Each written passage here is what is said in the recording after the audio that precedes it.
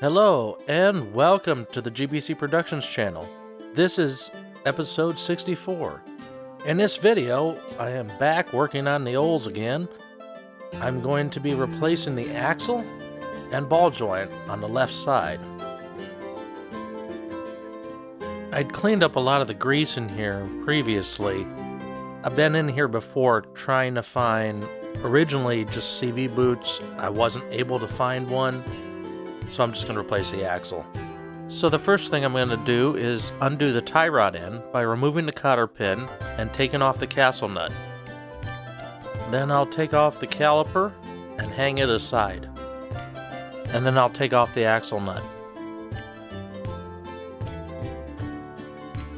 Alright, I've moved you all over to a different angle. I have everything apart here. Now, a little trick to get the axle released from the hub. One way you could do it is put the axle nut on there, hit it with a hammer, make sure that everything is flush. But the trick I like to use is use the air hammer with a pointed end and put the pokey bit in the hole there, and out it goes. So now I'm going to unbolt the ball joint. I'm going to take a pry bar and pry the control arm down and then get the axle out.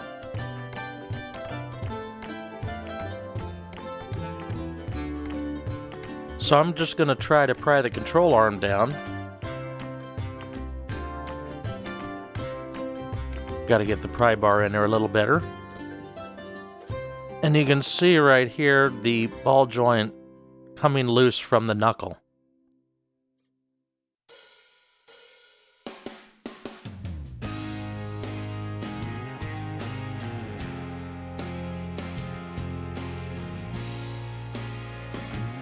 I gotta move the camera out of my way in order to pry down on this. Alright, we're back. Now I just may have to tap the axle just a little bit to get it out.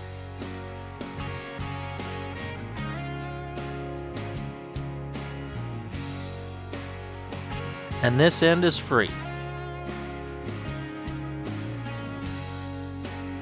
Now I'm going to take the pry bar and I'm going to go back here in the back of the axle and pry it loose from the transmission.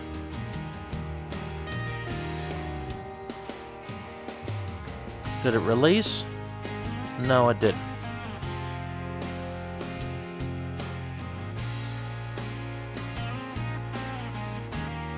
Let me try to find a good place to set the camera so you can see what's going on.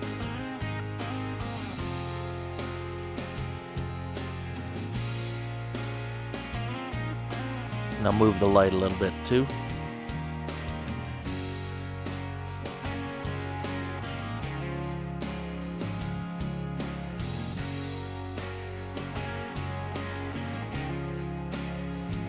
Hopefully you can see from this angle. So I'll just go back in here with the pry bar, give it a little pry, and out it comes.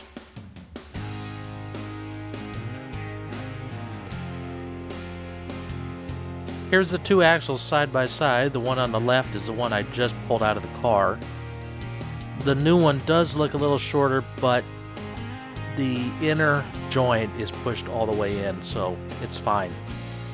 Now I got this on AutoZone, and according to their website, there was nothing available for the Cutlass Cruiser, but I looked for it for the Cutlass Sierra, and there's the part number, and it is the correct part. Then we're going to knock out the ball joint.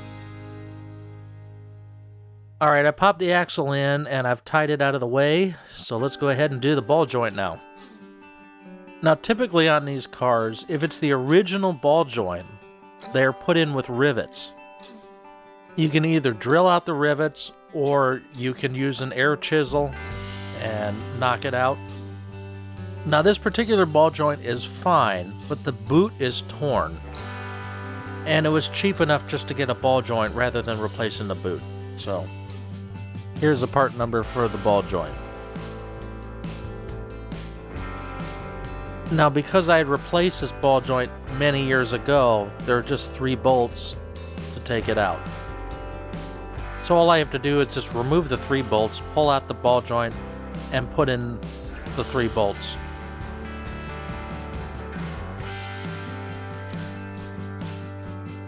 Now, normally I'd put the grease fitting in after I've installed it, but because this isn't pressed in, I'm going to put it in now. One thing that's nice about these ball joints is that where the grease fitting goes, it is threaded. Sometimes you'll get them where it's not threaded, and the fitting itself is what cuts the threads. On those, you don't need to tighten them in all the way, you just put them in a couple of turns. On this one, let's take it in and just give it a little cinch on it just to snug it down. Now on this installation, the boot and the shield go on the top of the control arm, whereas the ball joint comes in from below. Now one thing to note here is make sure this opening is pointing away from your rotors. That's where the grease comes out whenever you grease it. So for this one, just point that little notch towards the center bolt hole. Alright, so I have the ball joint and axle in. I'm just cleaning off the hub surface a little bit. Having a little trouble with my whizzer here.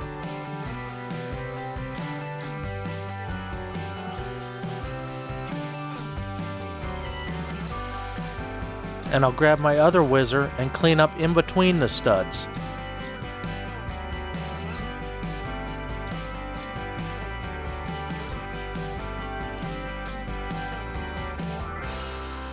Now I had already cleaned up the rotor, so we're going to go ahead and spray this with some fluid film.